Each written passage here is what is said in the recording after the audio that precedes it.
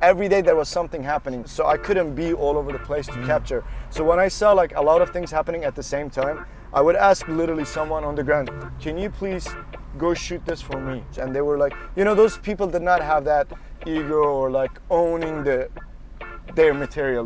They knew that I was up to something. I wanted to do something, help bring their voices. So yeah, 85% it was me all the time, day and night, working, volunteering, and documenting. Welcome to Cinema 5D on the Go. Moving conversations about moving images with filmmakers and industry leaders. Brought to you by Tilta, Blackmagic Design, Manfrotto, and Olympus OMD in association with Sony. This is your host, Nino Leitner. So what's next for you? I mean, I'm sure you're completely caught up with, going this festival round, but I'm sure you already have ideas for a new project. Absolutely, yeah. And what's next is always the biggest question. It's also the standard question that you have to answer at dinner parties in Hollywood, right? Absolutely. It's like it's the thing that you should have. Yeah. But no, I'm really happy. I'm really happy what we have done with this, and I want to move forward because I believe in every project will find its path. You do your best and let it go, like anything in life. So yeah, I'm working with a couple of my friends. We've finished 2 feature-length narrative scripts that are based on true stories.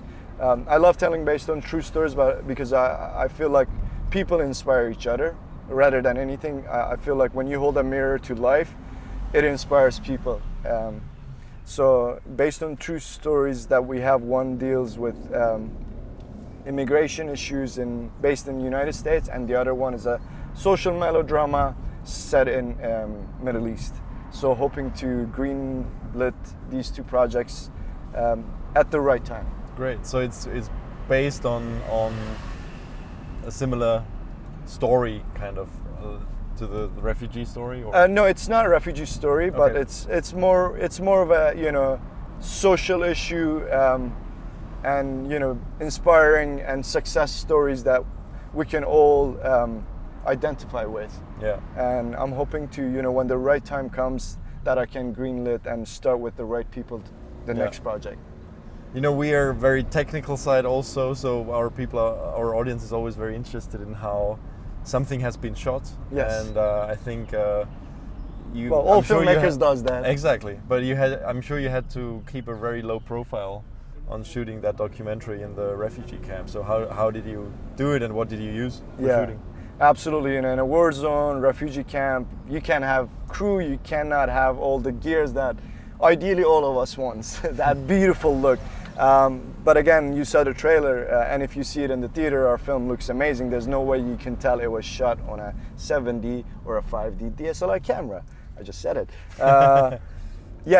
So mostly it was a handheld with a 7D, 5D, with a Nikkor AI manual lenses, with a shotgun on it, a road, and close to subject, being there.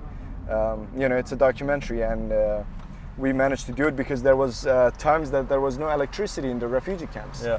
So we had to have a lot of battery packs in our pocket backed up, or travel 4 miles to somewhere where there was electricity. We can dump the footage, charge our batteries, and send a couple of emails to people that we're safe. So we managed to do everything on a very low, tight equipment and budget, on the ground with 7D and 5D marks on the ground. Wow, okay. Yeah. So how many people were actually part of the shoot, like crew-wise? Yeah, crew-wise, and once again, 80 to 85% it was me on the ground, because I was part of the world. Yeah. And I was lucky enough to have my colleagues Donato and Courtney from school. They came out for a couple of weeks to help me to shoot the interviews where we needed 2 cameras. And on the ground I met a lot of volunteer photographers and videographers. They helped me to shoot when I needed, because every day there was something happening. Burial ceremony, a protest, like hunger issue, weather conditions, so I couldn't be all over the place to capture. So when I saw like a lot of things happening at the same time, I would ask literally someone on the ground, can you please go shoot this for me? That person never you know, sign up to do this, but I was like, you know, can you just shoot this for me and give me the footage? And they were like, you know, those people did not have that ego or like owning their material. They knew that I was up to something. I wanted to do something, help bring their voices. So yeah, 85% it was me all the time, spending, you know, day and night, working, volunteering, and, you know, documenting. And then I had a couple of good friends flew out there, helped me to film important stuff, as well as other people, volunteers. I was on the ground, they were helping me with, you know, B-rolls and stuff that I needed. Are you still in contact with the girl and her family? Yes, absolutely. You know, thanks to technology, Facebook. So we talk once a week, or, you know. Are they still in the camp? Very often, yes. Unfortunately, the reality of war, you know, when the war ends, actually, that's when I call it the war begins, because the destruction, the discomfort, and the paranoia still is there, because they left the war zone, they left their homes, but when they go back, it's all torn. It's completely destroyed.